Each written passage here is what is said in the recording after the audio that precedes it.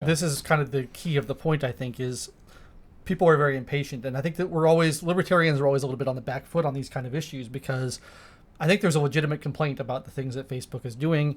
They're kind of suppressing true information that are potentially true information, and they're being the fact checkers and the arbiters of truth on a broad scale, and that's sort of a problem. And I agree that that's a problem, but we don't, as libertarians, we don't really have a satisfying answer to people. Like, what do we do about that problem? We always kind of say, well, let's just wait and it'll solve itself over the next 50 years.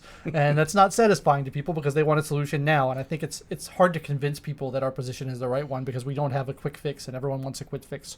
What's a quick fix that we can do, Josh? A quick fix? Oh, boy. There isn't one, right? Yeah, well, Josh Hawley says we can just break them up. Right. We can't do one, but he's always meeting with Zuckerberg. How do you go about convincing people that they need to be more patient and let the market work when they want something done now? Right. Yeah, and it's hard because, it is true. I mean, everybody does see the present moment through, in that snapshot in time, and nobody knows what the future is going to look like.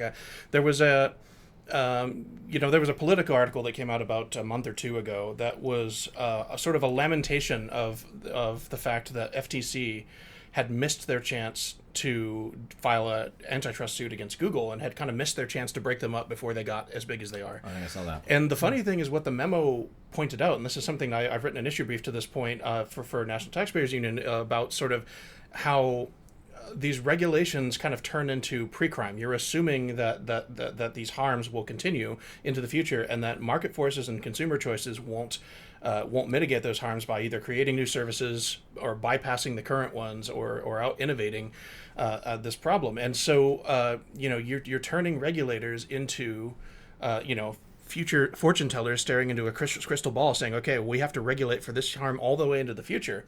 Well, when you do that, you're potentially forestalling the innovation that could bypass an industry. It's funny, I used the example of Blockbuster Video in that issue brief, and how at the time they thought it was potentially on the verge of becoming an unstoppable monopoly. Yeah. And what they didn't understand is because they didn't understand how technology worked was that at the time they were investigating Blockbuster, Netflix was already growing. Yeah. And they were about to launch their online streaming service, which now everybody is claiming is a monopoly, and we need to regulate them because that's even more absurd than Blockbuster, because there's 50 different competitors of Netflix. But about 8 years ago there weren't. It was Netflix, and then kind of Hulu off in the corner, and everyone said that Netflix was going to be impregnable. Nobody was going to be able to approach their market. Now, every major network has a streaming service. Right. There's CBS, so I have CBS to watch the NFL because I don't have cable. Yeah. There's Disney Plus and Amazon Prime and Hulu, and you get it with your Verizon YouTube package now. And so that's what I don't think people are getting is when you're looking at Facebook and we say, okay, we don't like how they're regulating speech and it has a harmful impact on society.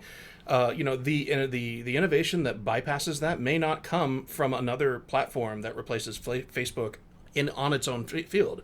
Yeah. It's probably going to come from some sort of technological advance or different way of thinking about social media. It'll be the social media chip they put in your brain where you can just access the internet directly.